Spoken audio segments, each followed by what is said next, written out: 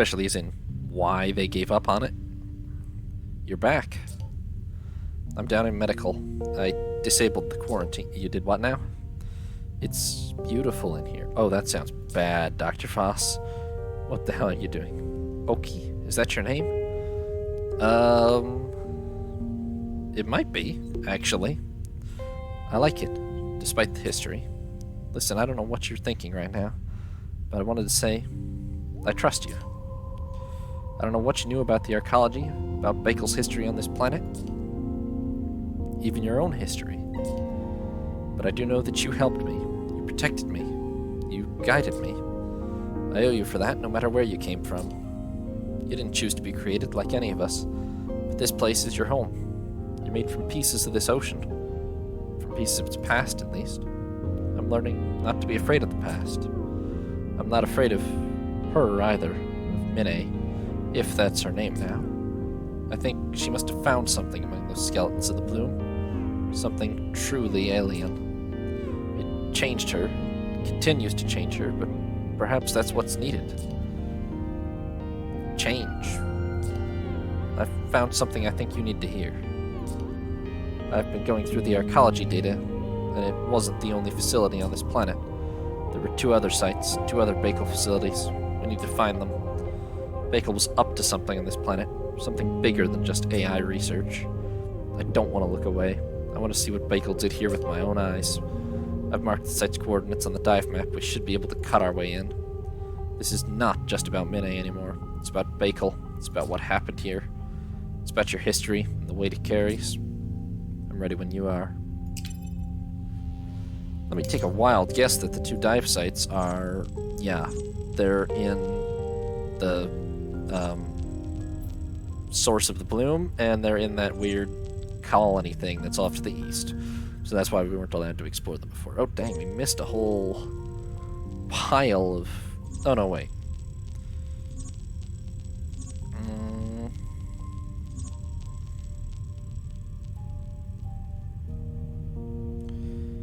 I'm not sure if we actually missed these. We might just need to... let me... oh wow, this is where we came out, I guess, all the way up there. Let me run all the samples we've got in the lab, and then I'll check that. Dr. Voss, entry 6. I know you've been reading these. Well, busted. The access logs show someone's been in the file system of my terminal, and well, by process of elimination, it has to be you. I don't mind. In fact, I suppose I've been writing these entries for an imagined audience anyway. Confessions, or maybe just a need to talk. We make a strange trio now. Me, a depressed xenobiologist who can't keep their mouth shut. You, an AI built from the remains of a sentient species, and your sister, Mine, who's now more plant than human. But as far as I can tell, we're the only ones on this planet who have any chance of finding out what happened here. I think I'm starting to understand why Mine called me here. It's because she trusted me not to give up, not to let this go. Let's not disappoint her. So what exactly has happened to Mine? Okay, unidentified subject, data breach signal, Ellery. Alright, that's not ideal. So Mine must have found... I don't know what, a live artificer, maybe, among all those skeletons? Or something? Maybe a half-dead one, or just a dead one with some active gene coding instructions still? Whatever it is, it seems to be rewriting. I'm afraid she might be dead, to be honest, basically, but, it depends if she's being rewritten, you know, basically randomly by some scrap of rewriting genetic code from all those skeletons, or if something's doing it intentionally. Anyway, let's unload our pile of samples here. I think we have about 9 unique ones all to look at here.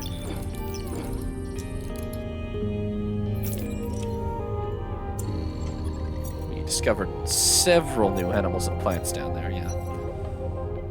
The slow mason, Lapidarius lentis. Did we get a tissue sample? I don't really think we did. Slow masons are colorless polyps covered in... oh yeah, we did actually, didn't we? Colorless polyps covered in waving cilia, which etch elaborate spirals into the facility they feed upon. These pale, formless creatures are solitary, but not exclusively so. Some accumulate together in groups, hugging against each other's mass. There appears to be no obvious chemical exchange or communication within these groups, but perhaps the patterns they form as they eat serve some social purpose? Their exteriors show frequent evidence of consumption by other species with no obvious method of defense. Upon being threatened by pressure, the polyps recoil, but don't appear to possess the ability to flee rapidly nor fight back. Perhaps sampling their secretions might help us to understand the underlying patterns. Well, I'm guessing they only live... If they really originated from that one cave, they might have no natural predators until they came out into the open. And then they're still living in such a deep and isolated area that there's just not that much around to eat them. Anyway, we need secretion sample, tissue sample. I believe we have both of those. Let's see here. Here's their secretions.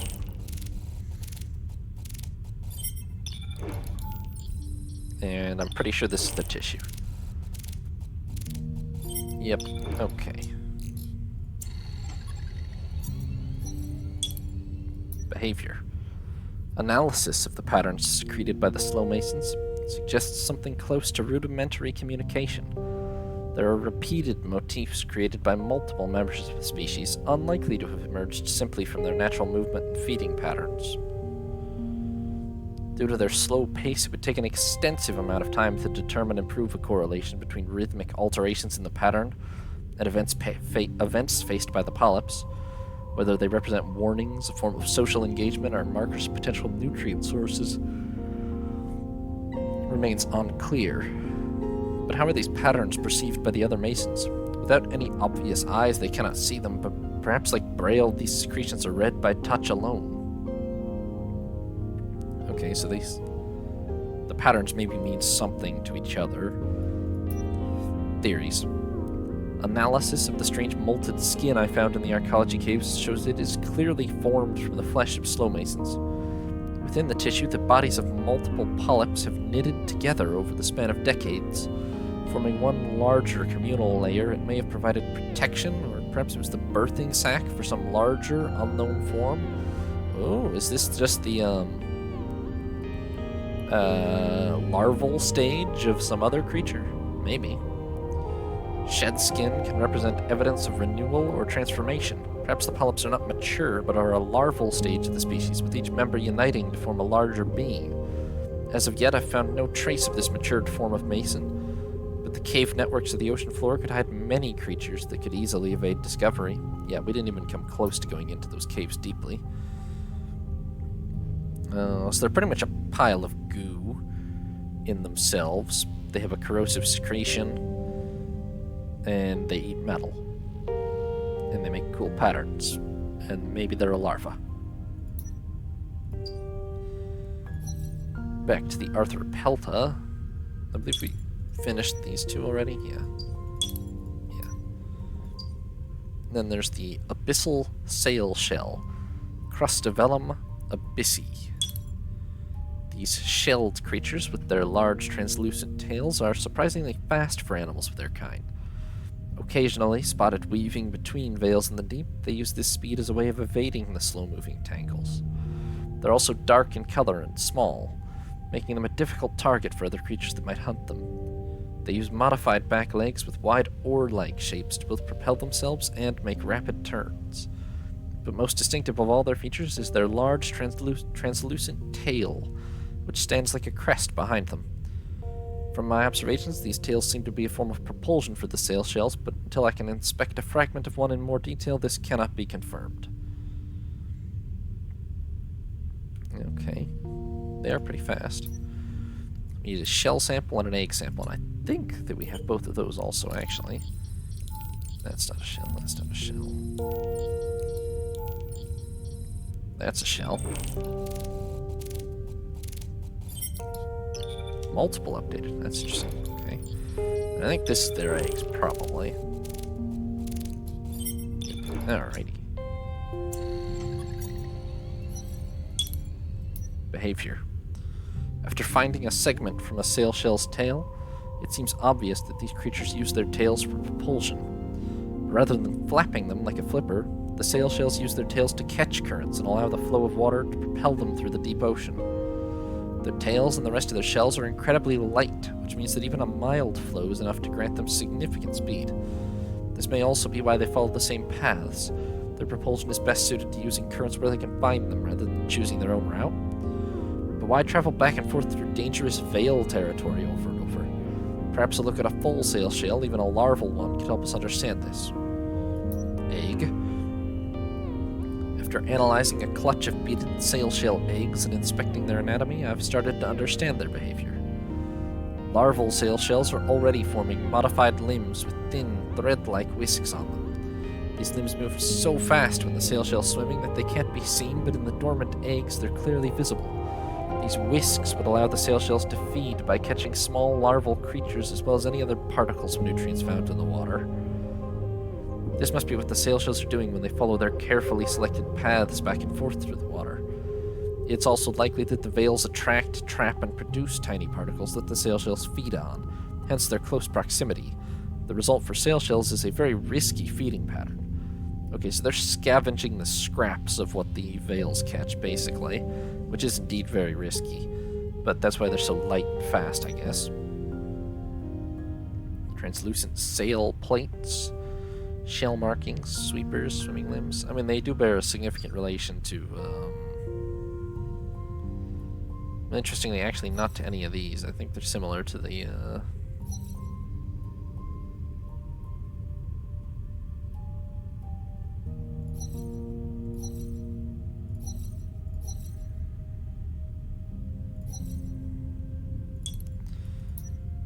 I guess they're not really similar to these. I just remember them both having big tails. That's what I was thinking of, though.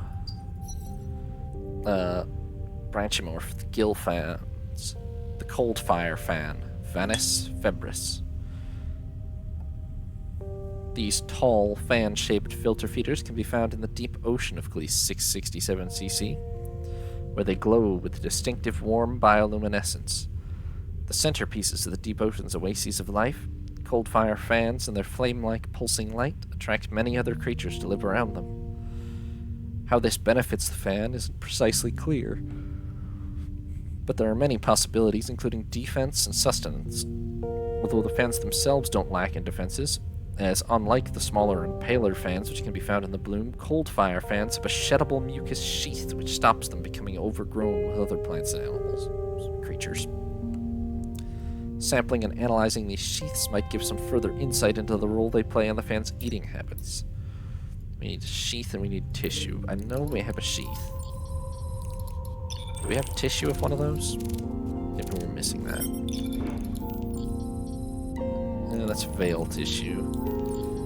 Petal root to avoid, but maybe we are missing a sheath of that, huh? Or a tissue of that.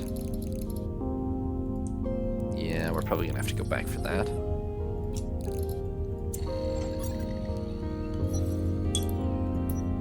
Getting hold of a cold fire fan's sheath has brought many other samples with it. The sheath itself was covered in pollen, microbiological colonies, even fecal matter.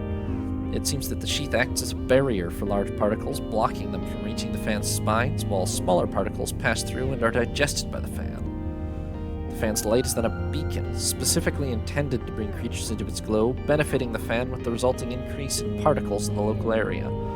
The sheath stops this from becoming overwhelming for the fan and can be shed in order to protect it. The patterns of the fan's light remain mysterious, though. Why does each individual display different pulses and waves at different times? So we need tissue, we don't have that yet. Coletata, distributed bodies. The wall, actually the snare veil, right? We do need tissue of the snare veil to finish that. We have that.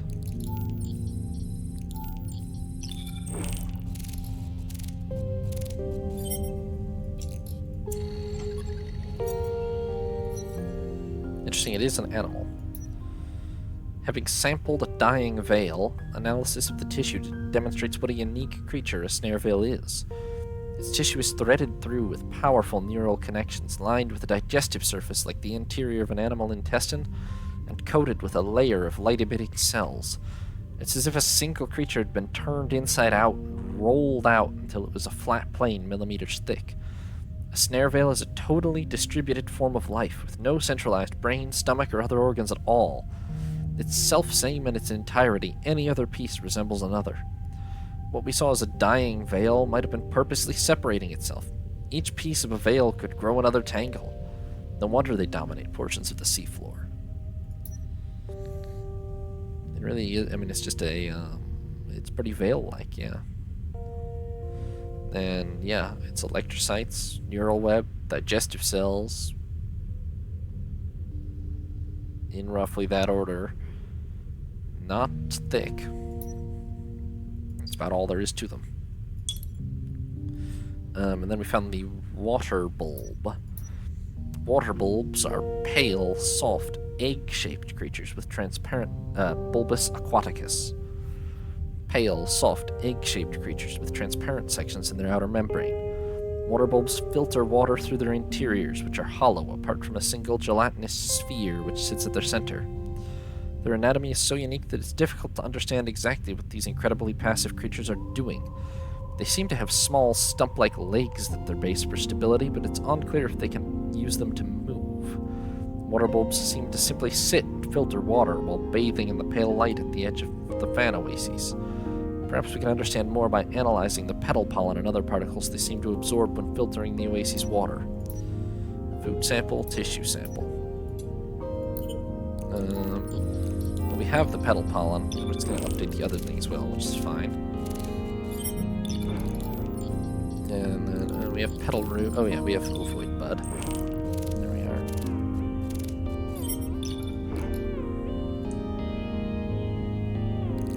Just making sure these are all. Yeah.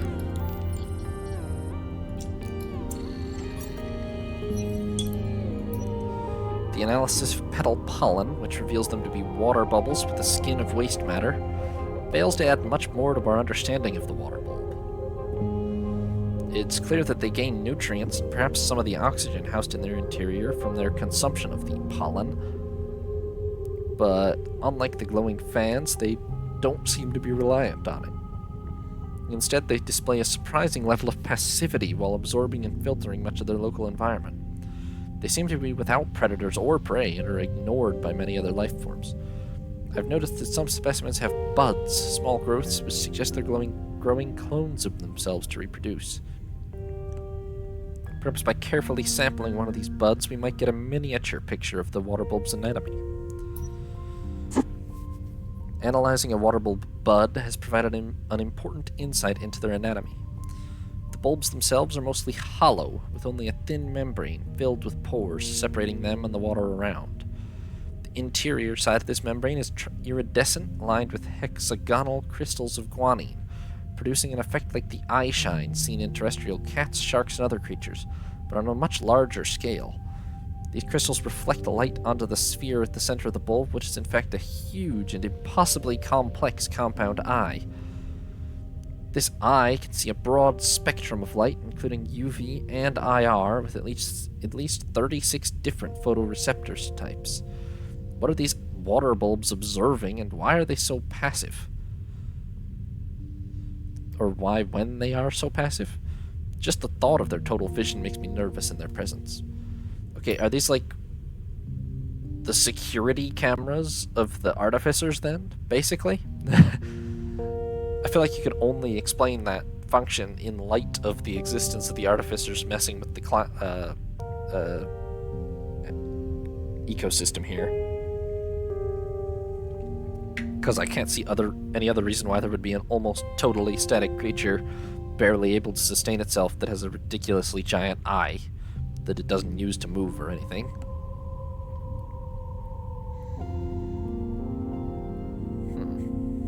It's just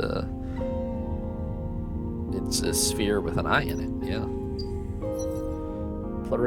Colonial systems.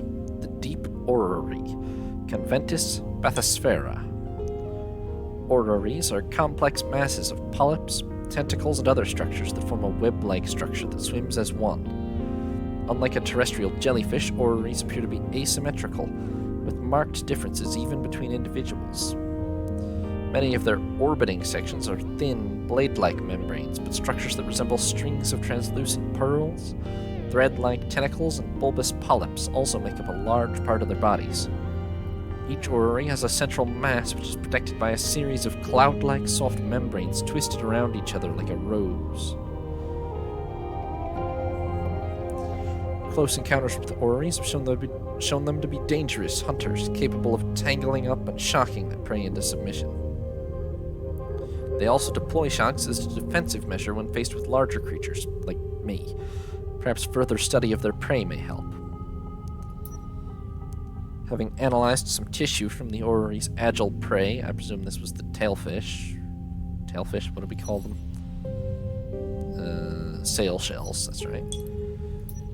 We can begin to understand their behavior. Unable to match other creatures for speed, orreries seem to rely on the dangers presented by deep-sea veils, besides which they're often found. Veils funnel cautious creatures into the orrery's nets, while the orreries themselves don't seem to be affected by the veils and are able to traverse them easily. Perhaps the two have a symbiotic relationship, hunting together in a mutually beneficial manner? Outside of this, orreries appear to be mostly lone hunters, and I've seen no social interactions between individuals. But what exactly is an orrery? I'd like to understand more about their strange, uneven forms. Perhaps a polyp that had been shed might provide details on their anatomy. We don't have that yet.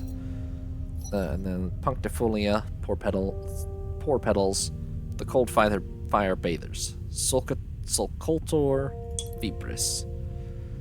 Cold fire bathers are pale, thick-skinned trefoil plants found in the deep of 667 cc's ocean. The only known specimens currently identified have all been found gathered around glowing fans, basking in their warm light. This suggests that the bathers are photosynthesizing this bioluminescence in order to live, and therefore cannot live outside of the sustaining glow of the fans. This has a knock-on effect for other life, as groupings of bathers then attract other creatures, perhaps to feed on or hide within them. The bathers also seem to produce a type of pollen made up of small particles that float on the deep water currents. This may well be a seasonal or rare event that my visit has happened to coincide with, or a constant state. Further study of this pollen would be desirable. Analysis of bather pollen has shown that they're released around bubbles of oxygen, a waste product of the plant's photosynthesis. These bubbles are surrounded with a layer of pollen particles, which weighs them down so they don't immediately rise to the surface. Instead, these bubbles drift through the water near the bather and in many cases settle on the nearby fan. The fans then consume these bubbles, absorbing both the oxygen and pollen along with anything else which reaches them. This direct exchange of energy and nutrients makes the fans and their bathers closely linked, a strong bond formed under the principle of mutual gain. Okay, so the bathers, as a byproduct of photosynthesis, basically feed the fans, which are in turn the only reason they can photosynthesize, since there's no real sunlight down that deep. That's interesting. Okay, we did miss 3 samples by the look of it, so we're going to go and get those now. Was that 2? Thought I was missing 3, honestly. The lab here again. We have that. We have that. We need fan tissue. We need orrery tissue.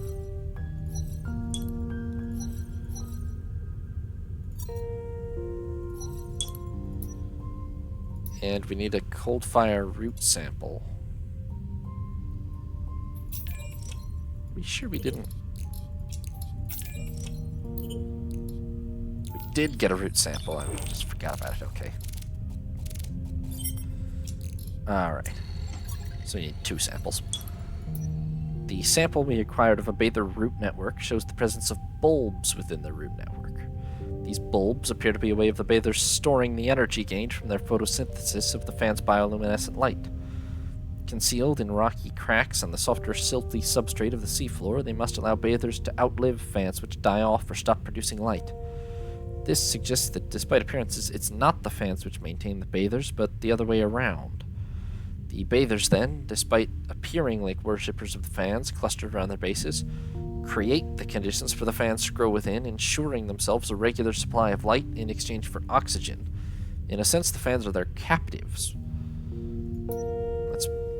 It's symbiotic relationship, ultimately. Pollen-producing stamen. They release pollen bubbles to feed the fans. Photosynthetic face. They are just sort of a big single petal chunk, huh? Okay, 2 samples we need then, actually.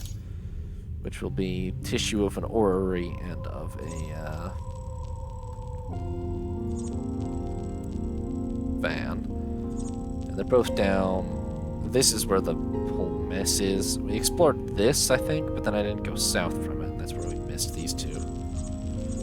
We'll start from here. I think I know how to get to those samples pretty easily. And then once we've got those, the only things left to check out will be the 2 remaining Baikal sites, which we will probably do tomorrow or next episode for those of you who are watching on YouTube.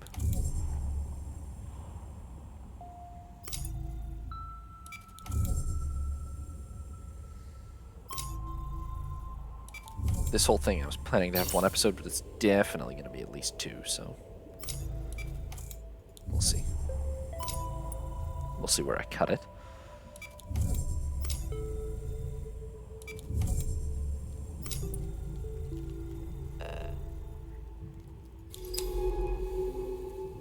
Okay, here's this. It's down here somewhere.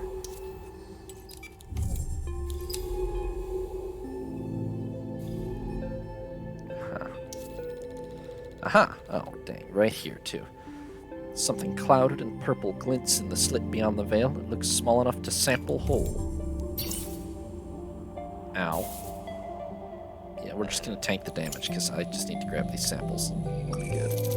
Question mark, 20% ample, animal, 0% tissue, and it is a shed polyp from a colonial life form. Lost on the ocean floor. The veils meet here, but through their translucent skin I can see the dark shape of an outcrop. Ow, we're gonna have to tank a lot of damage to make it to this outcrop. That's alright.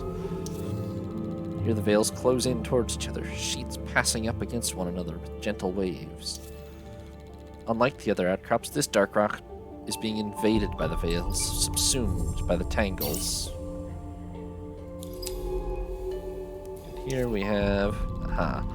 A wilted fan faintly pulses, while spines of its body have broken away, still faintly glowing in the silt. We can sample them here. Here's a dying fan. 30% animal, 10% tissue. There is a glowing spine, still faintly pulsing with warm light. And that is literally all we needed from here. I'm annoyed I missed it the first time, honestly, but... that will be everything from down there, then.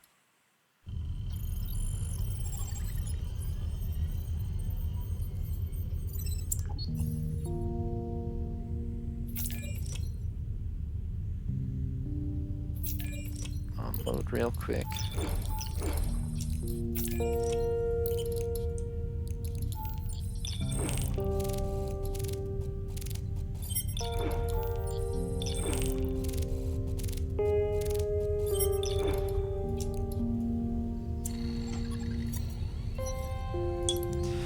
Cold fire fan, then. Theories. Analysis of the cold fire fan's spine we acquired shows that fans not only possess light-producing cells, but also light receptors, too. These incredibly sensitive cells are found on the front of the fan, and show the fans are able to perceive the lights of other creatures, including other fans. As each fan tends to its own oasis, perhaps the fans use their lights as territorial markers, signaling to other fans that their basalt column is taken. They may even use them to communicate with other species, responding to the flashing patterns of veils, for example, and letting them know not to approach their territory. Like lighthouses, cold fire fans seem to act as both safe havens and warning signals, depending on the creature they're signaling. That's true, presumably like the other fans, they're actually weird little, technically mobile, buried creatures rather than plants. Hence why they're under Animalia. very bioluminescent light-based, though, by comparison. And then the deep orrery. Analysis of an orrery polyp has demonstrated that they are indeed colonial creatures. They appear to be made up of both specialized animals of the same species and different creatures of different species. Based on this, the orreries may need to be reclassified, although that would require extensive study and equipment I don't have access to. What I can say about the orreries is that each one seems to have specialized its own growth based on its requirements. Many of the zooids that are part of the colony are able to shift between medusoid, dactyl zooid, tentaculazoid, and gastrozooid forms with zooid? It's probably zooid, not zooid, huh? Gastrozooid forms with incredible speed, depending on whether the colony needs to focus on propulsion, feeding, defense, or digestion. This makes each orrery a complex social and biological structure like a floating city rather than lone hunter. Fascinating. Okay, yeah, they're kinda messed up looking, huh?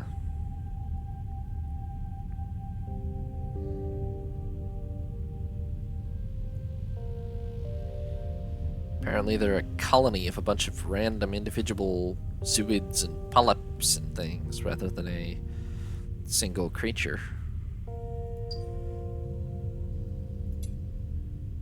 Alright. So that is going to wrap it up for this episode. Next episode, I don't think each of these is going to take very long. We're going to visit the bloom source and the lab/colonial organism that's out in the far west and see what's there, and that'll probably wrap up the game, I believe. Thank you everybody very much for watching. Remember to like and subscribe if you did enjoy the video, and have a nice day.